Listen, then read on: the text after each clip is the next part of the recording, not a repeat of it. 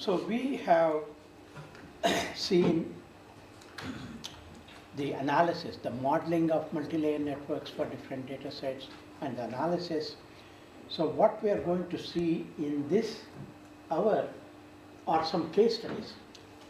Case studies of the DBLP data set and case studies of the IMDb data set to gather or infer different types of information. So the data sets used, so I want to see whether I can show you, maybe if I, will it take me to, okay, this is nice. So this is the IMDb data set I've been talking about. So if you look at it, it has a lot of zip files. So title basics, title also known as title principal. So these are the data sets that we use. And this is basic information about movies, TV shows and videos, alternative names, principal cast, and so on.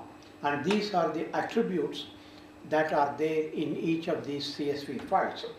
You can either load it into a relational database if you want. I have done it for use for my classwork. You can also use it for the analysis that we are talking about. And then there is a lot of information. This is a publicly available data set which you can download and use. So you should be, if you are interested in that, you can take a look at it. The second data set is the DBLP data set. And as I told you, this is about publications, and what I did was I went to my site. So what all you have to do is to say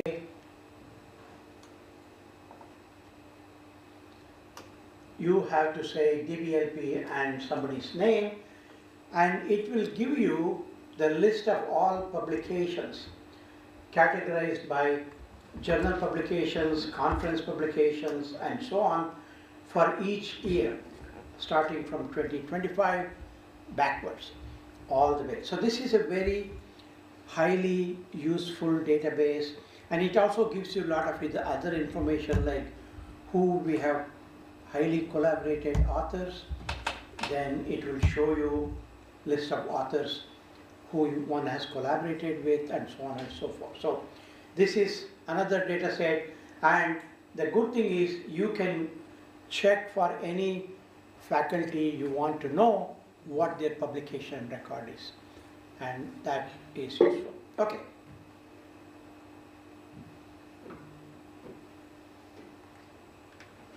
Okay, so this was given as a class project for one of my courses, and I have chosen to present this because this lady did an extremely good job and really understood the importance of the modeling, importance of the kind of knowledge that can be derived. And since she was a computer science student, she was familiar with a lot of authors. We studied a lot of papers and she could relate to it. I tried to keep her format, so her name is Isra Jaradar, and so these are the references she has used, and the objective was to analyze a homogeneous multi-layer network of author collaborations from different conferences. If you are familiar, there are a lot of conferences in computer science. So the problem description is given the DBLP data set, that is not entire data set, not just for an individual, analyze 5 complex queries using the following conference. So VLDB is a very highly ranked conference, very large database conference. SIGMOD is another very highly ranked conference. I don't know whether we are familiar with these conferences or not. SIGKDD is a very highly ranked data mining conference. ICDM is a very highly ranked data mining conference. DASPA is a database conference but with medium rank. DAVAC is another database conference with medium rank. So we purposely chose 2 database conferences with high rank, 2 data mining conferences with high rank, and 2 database conferences with medium rank So we wanted to study how authors and collaborations, where they publish, how they publish, and what kind of things they do. So this is the DBLP database. This is her animation. I think she has done a very good job. As a class project, all of this was done within a semester and make a presentation. So collaboration groups is communities. So this is the DBLP authors. And then you have venue. So the attributes that are derived from this are venue, VLDB, Sigma, this one, and then publication date. So she perhaps looked at 2000 data, but you can also look at very large number of data. Then here is the data that is collected for each paper. So this says that authors A, B, and C with this title published on this date in this conference. So this is the publication. So this data has to be extracted from the DBLP database. This is part of pre-processing. So you have the correct attributes that you want to do processing on, and then you want to look at, for example, these people have published in VLDB, these authors have published in Sigma, and then you want to compute communities for these two layers and then see whether there is an intersection. If I want to find communities only in VLDB, I can do it, but if I want to find communities across VLDB and Sigma, then I have to do the CE and composition. So that's where what I discussed earlier comes into picture. So we will usually give them a midway milestone and a final milestone so that they make progress and they feel that they are making progress. Analyze communities in single layers. Final milestone is analyze communities in multiple layers. Step 1, formulate queries or objectives. That is also sometimes not easy. Step 2, combine layers using the appropriate tools. We ask them to go as complex as they can. Step query, and analyze results. So query 1, find the highly ranked or illegal scope. So this is the English version of what we want to do, and the exists in both VLDB and Sigma top tier conference. Objective expressed in English and try to translate into computations. Okay? So what are the most elite conference collaborative groups? Who are the most elite significant authors in biggest group and this one? Furthermore, should we expect that the most significant authors in the elite conferences to have higher impact in general than the most significant authors in the law? So the conference, every conference and every journal has something called an impact factor. If the impact factor is high, then the conference or the journal is supposed to be of higher quality, and it's much more difficult to publish in those conferences and journal papers. So people want to publish in high impact conferences and journals as much as possible.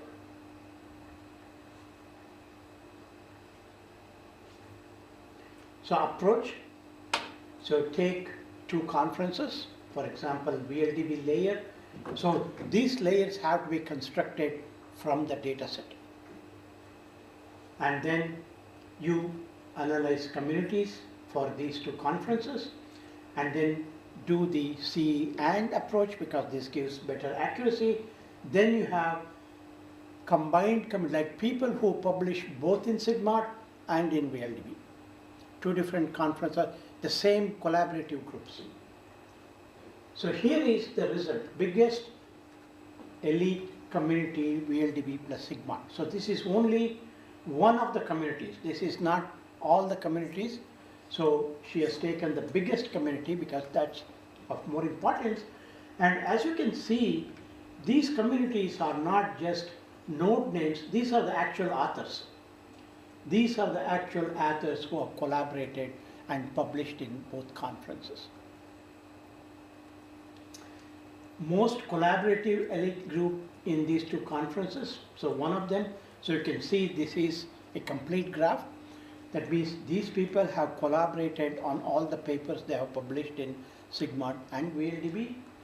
And then they take this information and they do use Google and others to explore and validate. So it turns out Jiwei Han, who is one of the very strong researchers, and he is in University of Illinois, verified is. So this is from Google, and you can see that this guy, I don't know how many of you are familiar with H-index and I-10 index. So he has citations 162,885. That's a large number of citations. And since 2014-69, H-index is 164, I-10 index is 750. So this can be verified, and this comes out in it should have come out somewhere here, Jiwei Han and others. Okay, so you can see that this information is not easy to infer, and you cannot write a query to get this information because notion of communities is not possible. Okay, most significant elite scientists, it also comes out to be the same thing. And second, so this is for the highly ranked database conference. The second is to do the same thing for DASFA and DAWAC, which are medium second tier conferences, same set of questions, same analysis, and the test is done using Google Scholar, or validation is done by using Google Scholar. So same approach is this one and this one, and then these are communities, do the CN and produce the final result. And here is the biggest second tier community. So this is different. This is very different from the other one. So you can see that less number of people, less number of groups are publishing in these conferences. So the goal or the aim is to try and publish in the other conference. And then most collaborative second tier community. So these are the people who are associated with them. And then most collaborative second tier scientist turns out to be this guy from Nanyang University, and you can see that the citations are not the same, still amazing, but lower impact. So this lady was very excited because she knew, or not personally, she knew of these authors. She had read about these papers from these authors, so she was familiar with the work by these people. To find that out through a systematic, principled approach and analysis is very exciting, because you have this data but you don't know. You know them but you don't know how it works out. So most significant, the same person. Query 3 is the same, but this is for ICDM. So I'll go through that. I think the interest is, now the analysis part is more or less the same, but the results are different, because the data sets are different. So here you see that very large community is very active in publishing ICDM and SIGKDD. Both are very highly ranked data mining conferences.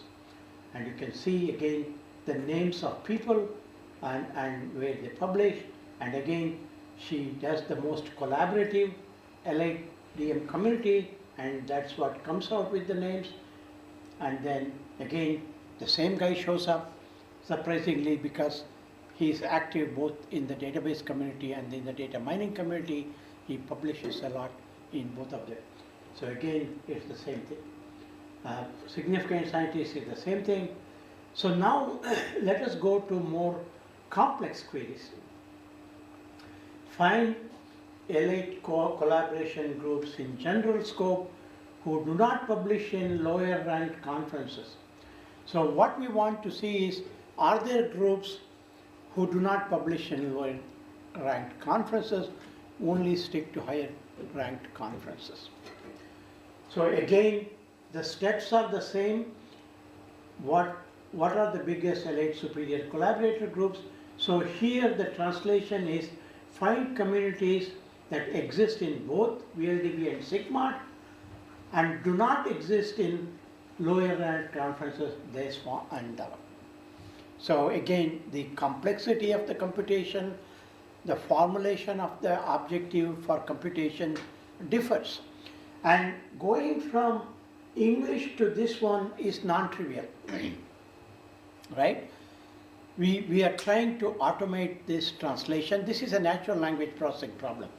So you have an English query, and today we have tools for converting English query to SQL. But we don't have any tools to convert English query to analysis objectives on graphs. We still do not have that, and that is not trivial because SQL is somewhat simpler and it is relatively easy, and we have very good tools who do a very good job, but we are trying to do the same thing for this one.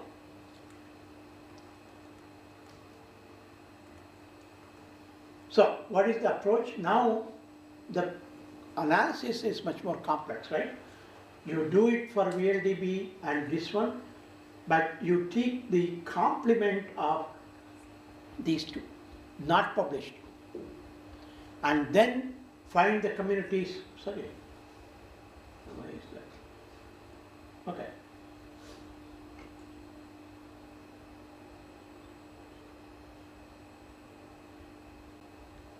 Okay. So this step is very different and much more involved, much more data incentive. So this is VLDB and SIGMOD and not DASPA and not DAVA communities. So again, what you get here is a different community. Perhaps there are a lot of people with the same names, because typically people who are able to publish do not do that. And again, you can analyze. This one is slightly different from the previous one. And then again, most collaborative elite scientist comes out to be the same person, and same again. And then we know that scientists who publish in higher ranked conferences have higher impact on the community in general than scientists who publish. Jivahan is one of the most significant data scientists.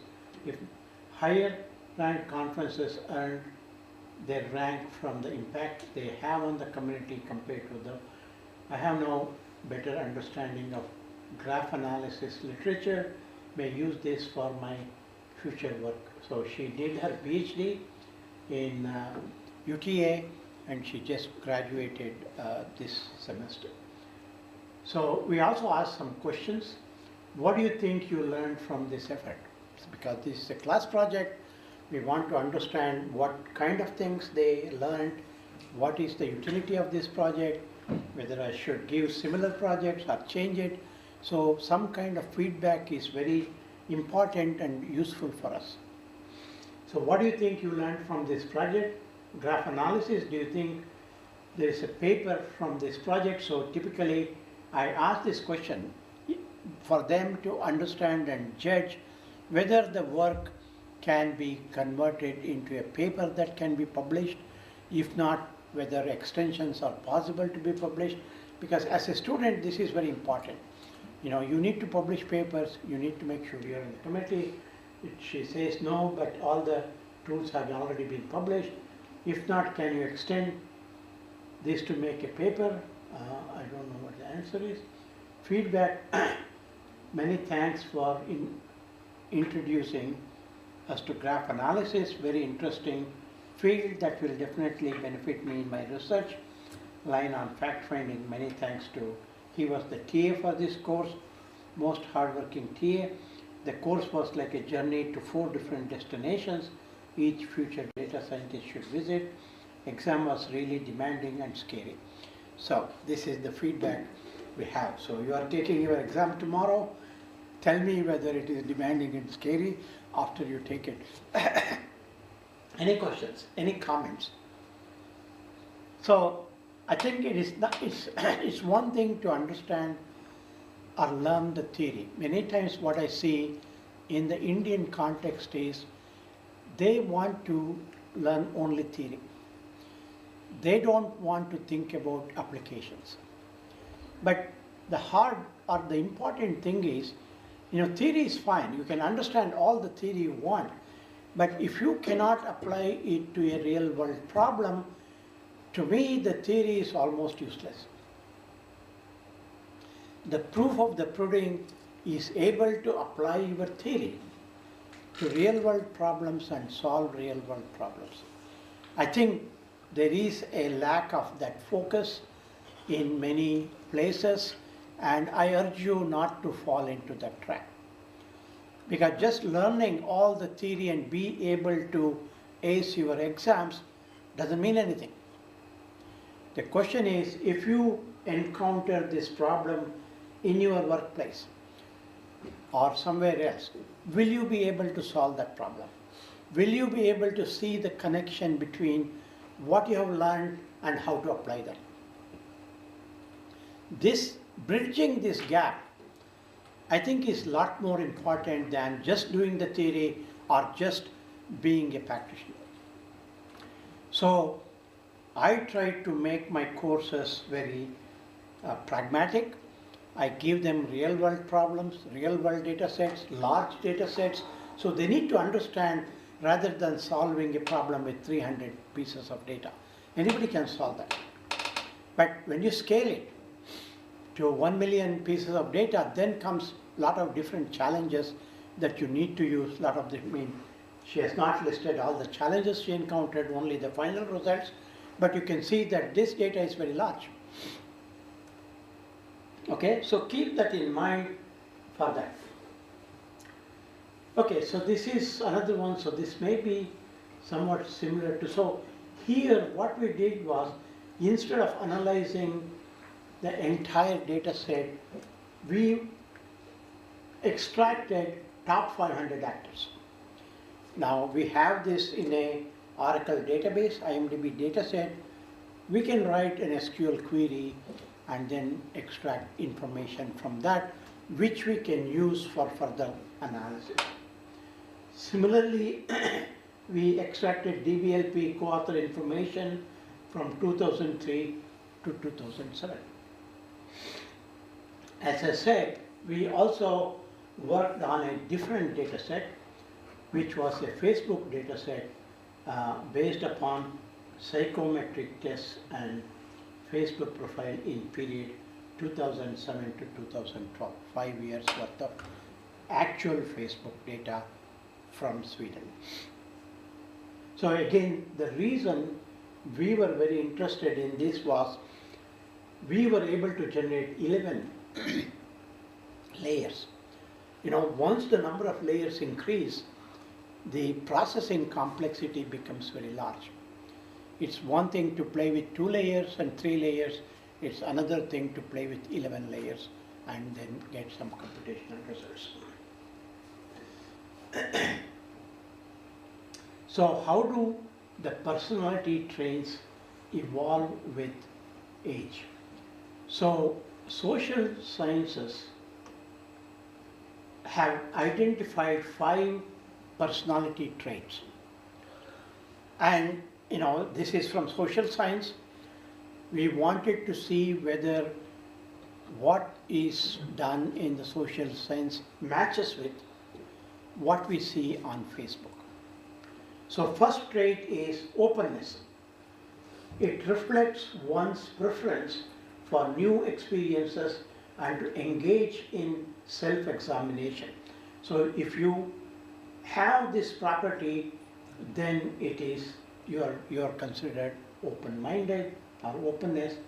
Now for all of this, there was some additional information that was also gathered in terms of surveys and other things. So here is what we found, and this was done with respect to age.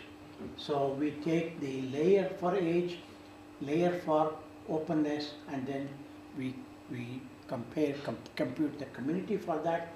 So this is very interesting to aggregate. So this is the blue one.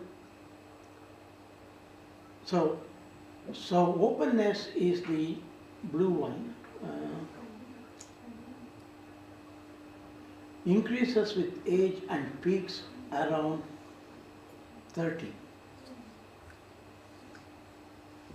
54.2, group of 31 to 40. So that is this one. Older people prefer to go with the tried and tested approach. 67 point or the above 60 years old resist. So this curve shows that people in the younger age group up to 40 are more open compared to the people in the other age group. And this is also something borne out by the social scientists, for example. Okay, so this has all the curves. We'll discuss each of them separately. Now, conscientiousness, CON, associated with achievement and working systematically, methodically, and purposefully. So that corresponds to this one. Analysis shows that the age group with most consciousness is in 41 to 50-year-old. This red curve. Recent survey, average age of founders and entrepreneurs is 45 years. So this is our cross-validation. Cross-validation, so consciousness, this matches this one and then it declines, and there is a steady rise of this one till the age of 51. The third trait is the extraversion. Describes one's sociability and enjoy to be the center of attention. So which age group exhibits more extraversion compared to other age groups seems to peak at two age groups. So here is the green one. It seems to peak at here, and it also seems to peak here. In between it has changes in the data set. So kind of this is what we call population analysis, or this can also be done with census data in various ways, depending on what attributes you have collected and what attributes you have. So this is very interesting to understand the traits with respect to age groups. Agreeableness reflects a tendency to perceive others in a more positive light. And this comes from this color. Where is that color? This one is parenthood and grandparenthood may make the elder generation more empathetic towards others as compared to the younger ones. So this color is this one. So you can see that this one dips here and then increases steadily as the age increases. Neuroticism reflects one's ability to deal with emotionish states such as stress and anxiety. There is a lot of concern about this today with the younger generation or Gen Z because of the addiction to mobile devices, the amount of time they spend on mobile devices, the lack of interaction with real humans. So they seem to be more comfortable with devices, gadgets and robots, and they don't know how to interact with human beings. So there is a lot of discussion in the social science circles as to whether this is good or bad, what to do. I don't know, you might have heard recently Australia has taken a step to ban social media, and there are a lot of for and against opinions about that. We don't know how or where it will lead to. I don't know how it is in India, but in the US there is some age group below which you cannot take mobile phones to school, and after that in many schools you have to put your mobile phone while you are in school. It will be under lock and key and you get it. So it is still not clear as to what is good and what is not good. I don't know what the situation in India is. When my son was growing up, a lot of these issues were not there because these technology were not there at that time. So I'm not fully aware of that. So neuroticism curve looks like this one. Study around 80 to 90% adolescent suicides are linked to common psychiatric disorders such as depression and anxiety. This much study might have done in 2009. To me, it appears like this may be still true in a lot of younger generation. Trade NU seems to be more stable over age compared to other traits. So that is this curve which goes. So some of this information has to be derived from analysis. So the question is, how do you do this kind of analysis? What tools are appropriate for this kind of analysis? What models that you have to use for this analysis, and what kind of computations you use? It is not that this is the only way to do this. There may be other ways of doing so. Social scientists perhaps are doing it based upon surveys and intuition and other things, but you can cross-verify that with large amounts of data set and see whether that is still true in the current population. Any questions on this one? I think that is the last one. Okay, last one is the privacy concern. How does individual age correlate with their comfort level of sharing personal information on social media? Now, this is a very important aspect, right?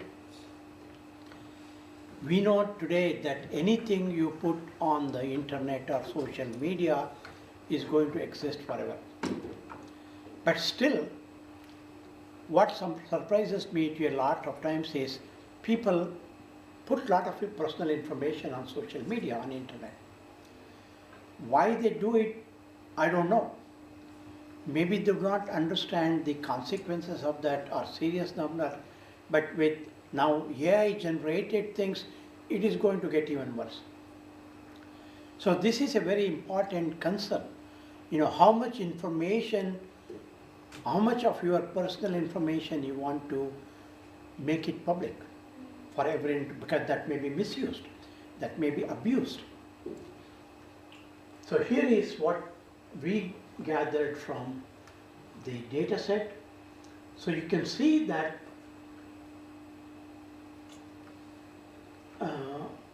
low privacy concern, high privacy concern. So people in the age group under 20 have much higher privacy concern, whereas when you move toward this one, people in this age group have a very low privacy concern. Maybe this is partly because they do not understand the impact of the technology. They don't understand the consequences of what can happen with this, so just publish it because they don't know. They are ignorant about a lot of things, because of which their privacy concern is low. But this gives a window into what is happening with different age groups and what kind of privacy concerns they have. So people less than 40 years prefer higher level of privacy, more aware of the cons of sharing sensitive personal information on the web, such as identity theft.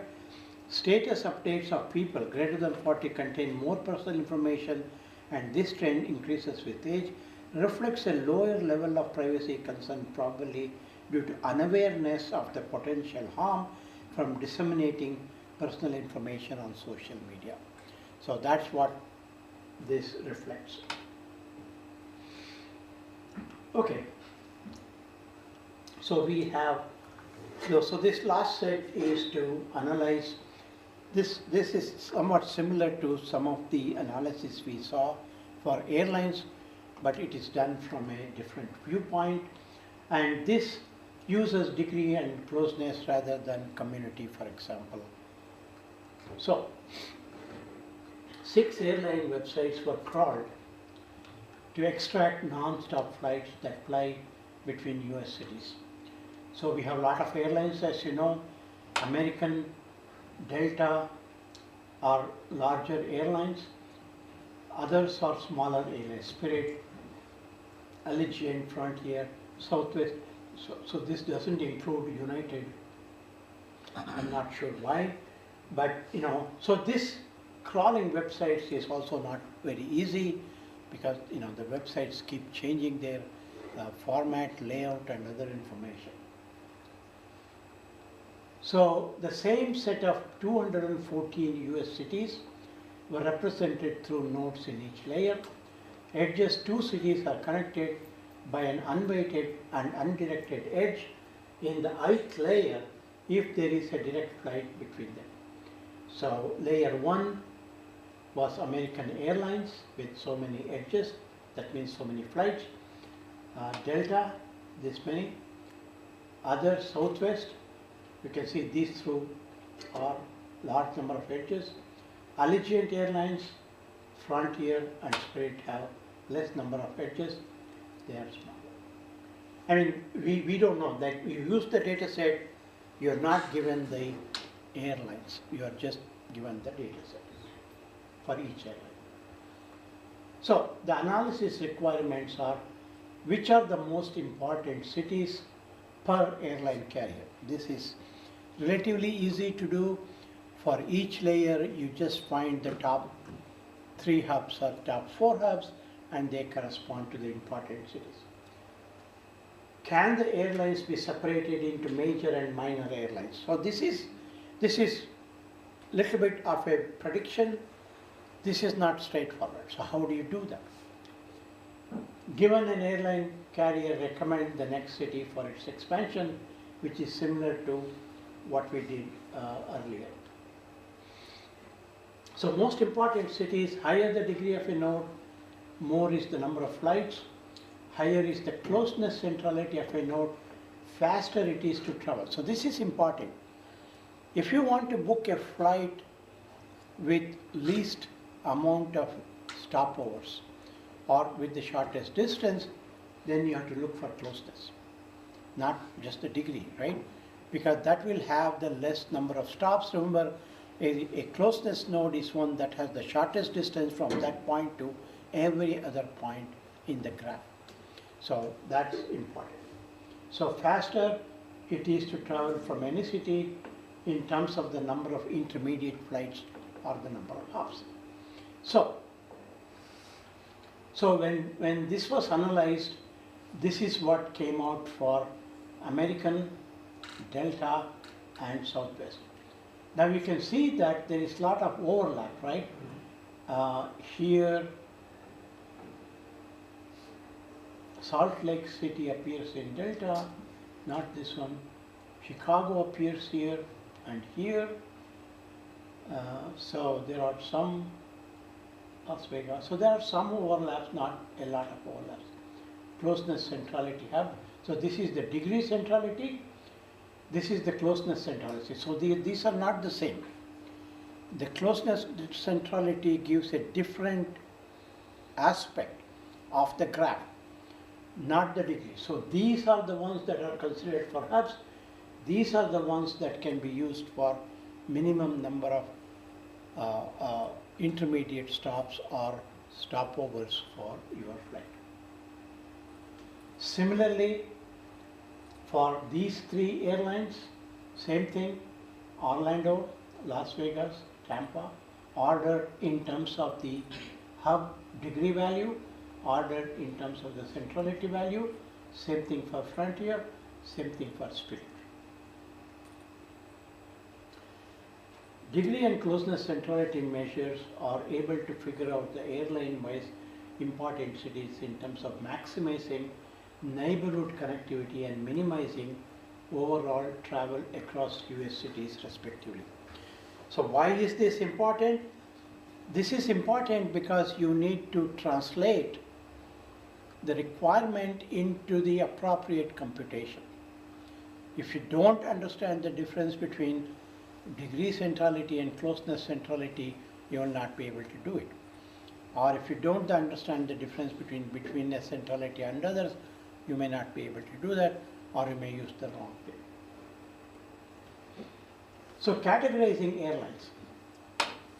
So one way to do that is based on the edge density of a layer. An airline was categorized into major or minor.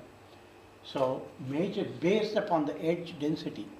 So why is edge density relevant for categorizing major or minor airlines?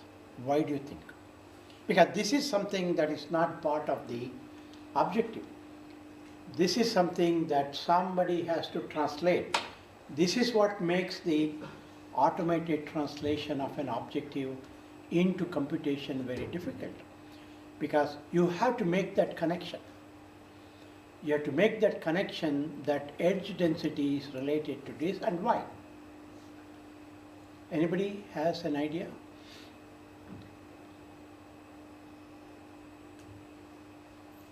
So if you think about it, if something is a major airlines, that has more number of flights.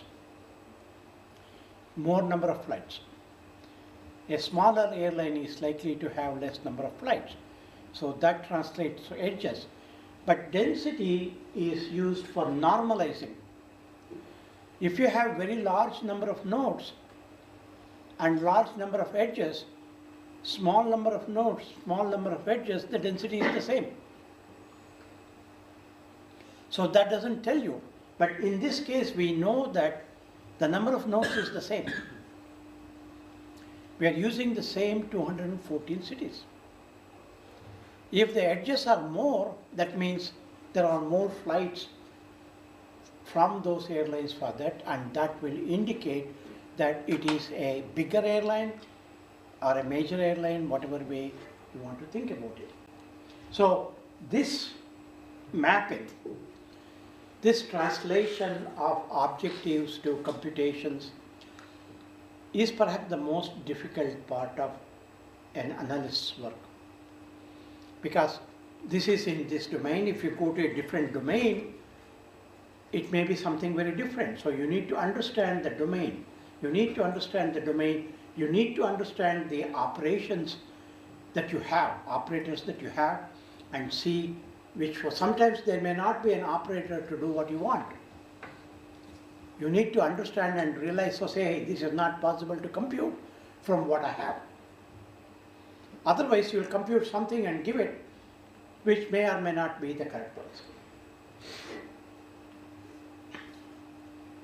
So based on the edge density of a layer, an airline was categorized into major and minor airline, American Southwest Delta. Now you can also validate it, verify the categorization using the fleet size and annual revenue information. This is what I call validation and sanity check, right?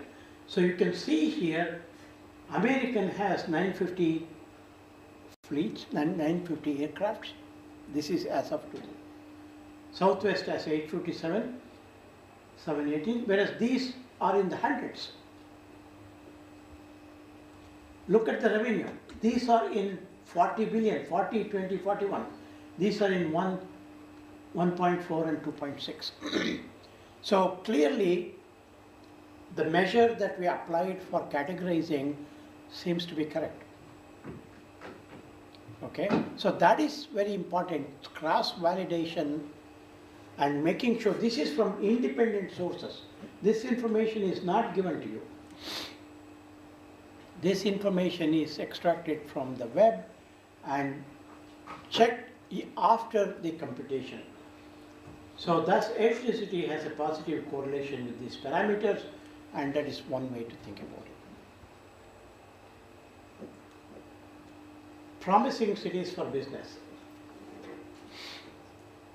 Business types vary from city to city. For each category, heuristics were used to estimate the cities that will be hubs in the three-layer and composition. So we took the tier 1 cities that are hubs of major airlines, hubs of minor airlines. So, so these are the common cities for tier 1. Good place to invest in restaurants, advertisement and brand enhancement. People have good spending power.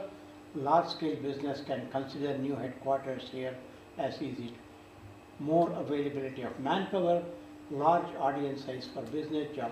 So this is very important, just to give you an example. Boeing, its headquarters was in Seattle.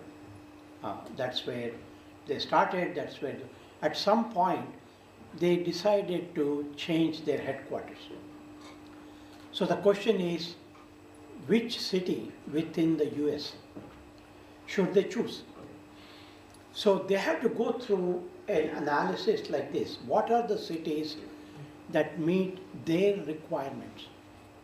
So this was almost a 1 year worth of study, and finally they shortlisted 3 cities. Now I remember this because Dallas was one of them, Chicago was one of them, and something else, I don't remember, one of them. Finally, they chose Chicago. They chose Chicago, I believe, partly from the reason because there was more connectivity to outside world and travel from Chicago compared to Dallas. So, and also the skill set, that's very important. A lot of companies set up their shops near Austin because University of Austin produces a lot of graduates, and there is a lot.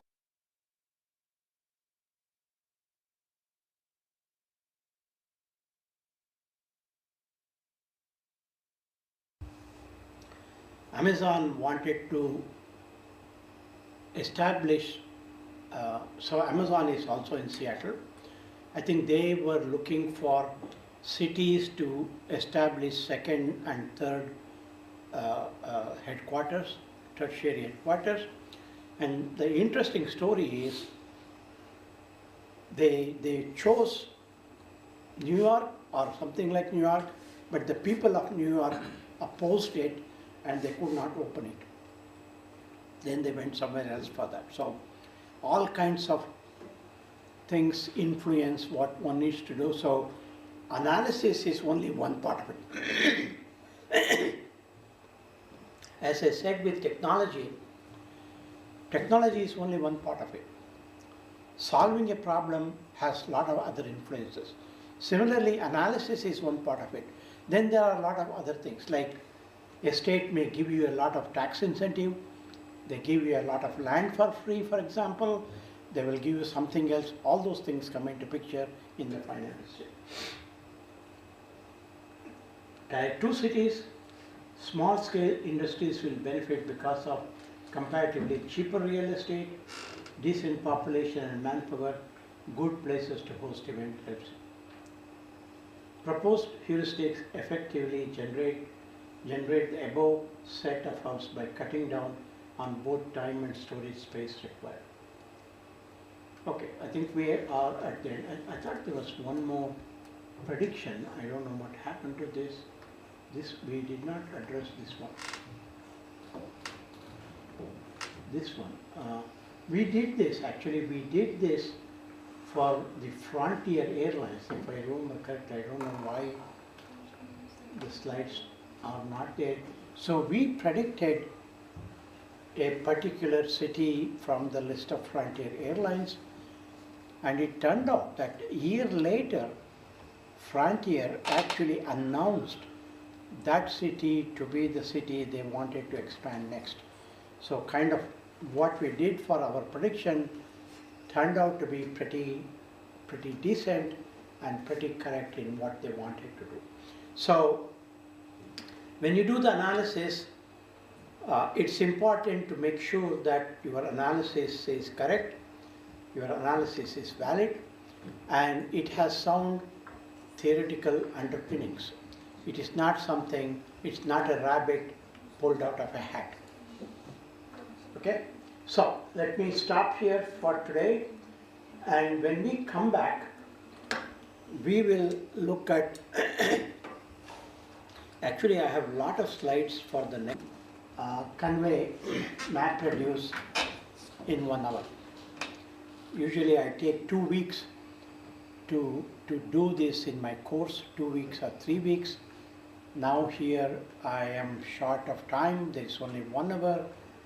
I'll see how much I can do. So, how many of you have heard of MapReduce? Only one person? Wow. Okay, how many of you have heard of Spark? 0%. 1%.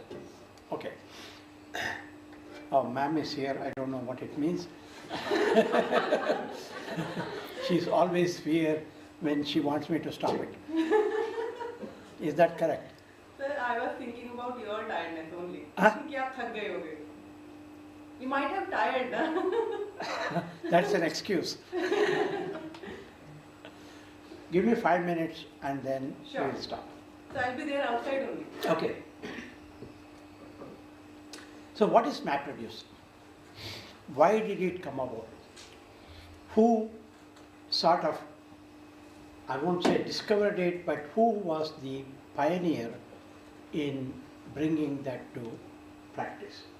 So it's a programming paradigm, which is very different from what you already do. You know, you are familiar with imperative programming like Fortran, C++, Python, Java. You are also, some of you may be familiar with SQL, which is a different programming paradigm. SQL is not the same as a programming language, right? You don't write you write SQL queries, but they are not the same as programs. Now, this is still a third paradigm which is different from a programming language, which is different from SQL, but you still write it in a programming language. You can write it in C++, Java, Python, Scala, whatever language you are comfortable with. The important thing is it's a parallel programming paradigm. And for parallel programming, there are 2 models. One is a shared memory model. The other one is a shared nothing model. Now, MapReduce falls into the shared nothing category. It's very easy to program. It's very easy to program shared memory model. You can write threads, and the thread programming and the operating system is responsible for scheduling threads. But shared nothing module is much more complex, and MapReduce is one of them, so you have to think. It's derived from functional programming, specification versus procedural programming. So I don't know how many of you are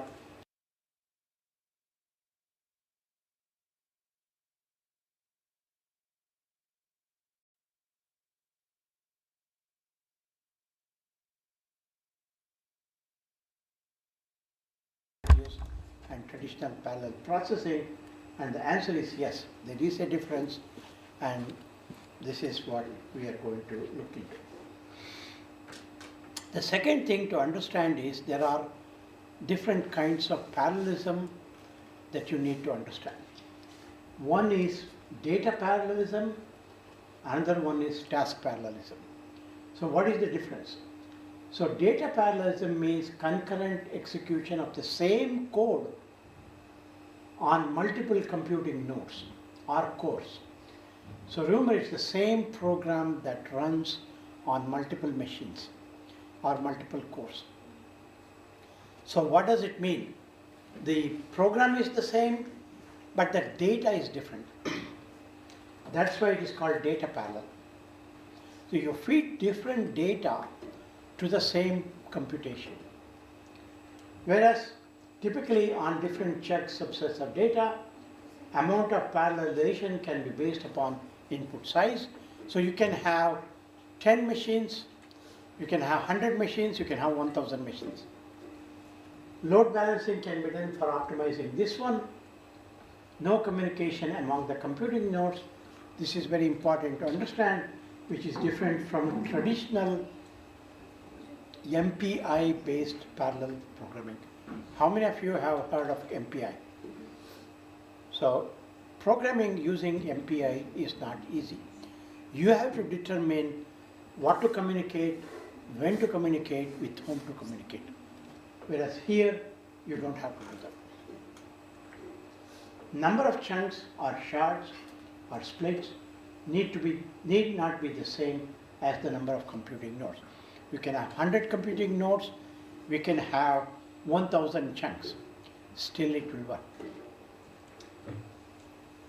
Second one is the task parallelism. So the difference is you are executing different tasks on the same data. In one case, data is different, code is same. Here, code is different, data is same. Same or different types of data. Amount of parallelization is proposed to the number of independent tasks. Does MapReduce use data parallelism or task parallelism? So here, because the tasks are different, you have to write multiple tasks. So the amount of parallelism will not be very high because you're not going to write 1000 different tasks. You may write 5 different tasks, 10 different tasks. MapReduce uses data parallelism. MapReduce was developed within Google as a mechanism for processing large amounts of raw data, like logs, like information generated in monitoring the machines. For example, crawled documents or web page. This is very heavily used for Google translation.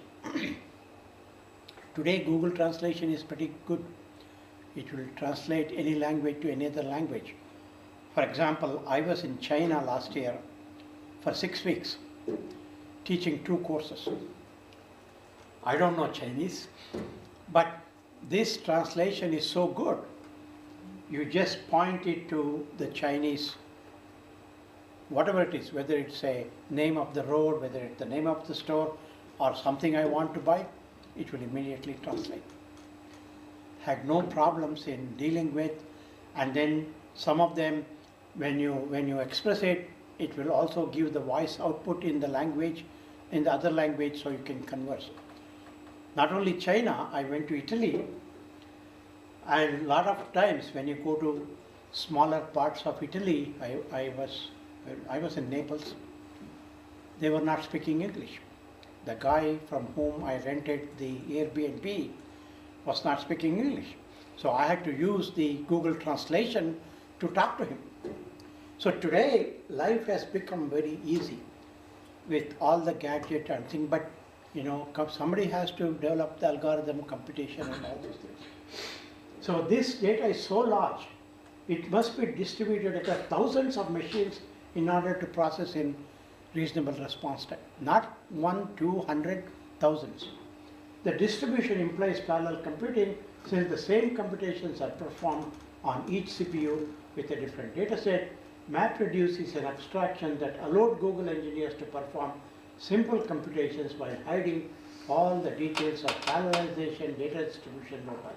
So this is the power of MapReduce because you don't have to worry about any of those things. Whereas in the earlier MPI way of doing it, you had to do everything yourself.